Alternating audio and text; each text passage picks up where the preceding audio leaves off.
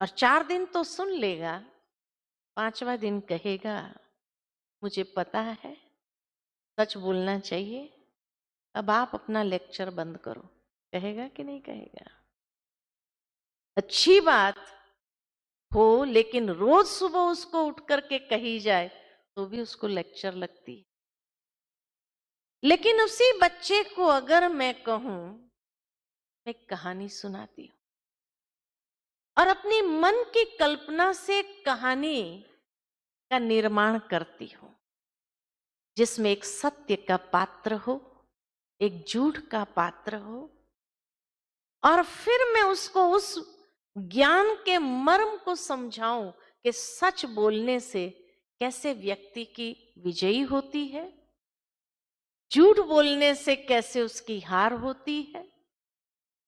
और ये बात समझाने के बाद शायद उस बच्चे को उसका मर्म समझ में आएगा कि आखिर भी सत्य बोलने की वैल्यू या इंपॉर्टेंस लाइफ में क्या है।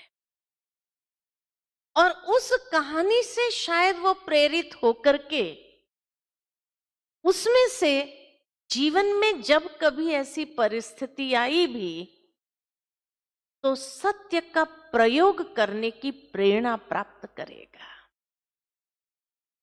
लेकिन अगर रोज सुबह उठ करके मैं एक ही बात उसको कहूं सत्य बोलो सत्य बोलो, तो वो प्रेरित नहीं होगा।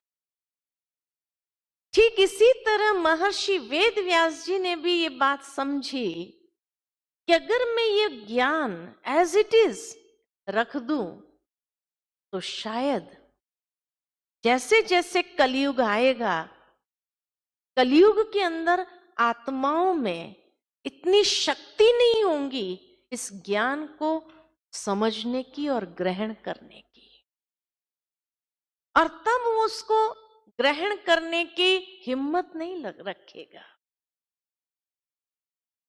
तो उसी ज्ञान को सहज करने के लिए उन्होंने अपने मन की कल्पना से एक कहानी का निर्माण किया, जिसको कहा महाभारत की कथा।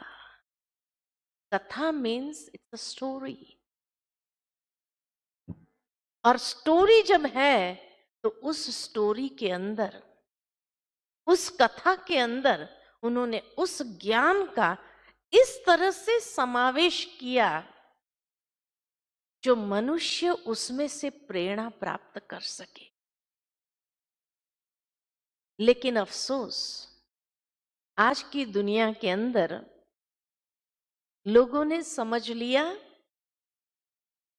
महाभारत की कथा थी और पांडव और कौरव के बीच में यह मतभेद हुआ, और उस समय भगवान ने आकर के उनको ज्ञान देकर समझाने का प्रयत्न किया। नहीं समझे तो युद्ध हुआ।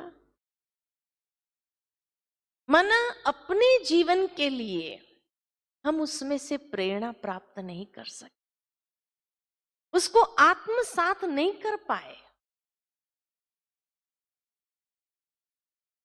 कहा जाता है कि जब गणेश जी पधारे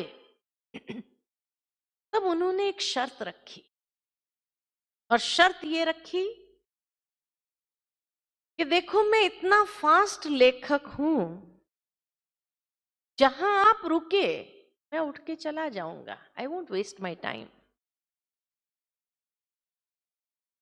महर्षि वेद व्यास जी के पास कोई ऑल्टरनेट नहीं था, उन्होंने उस शर्त को मान्य रख लिया। लेकिन कहा जाता है कि महर्षि वेद व्यास जी ने भी एक शर्त रखी, और उनकी शर्त ये थी कि समाधि अवस्था में मैं जो कुछ भी बोलूंगा मेरी हर बात को समझ करके लिखेंगे, बिना समझ के नहीं लिखना।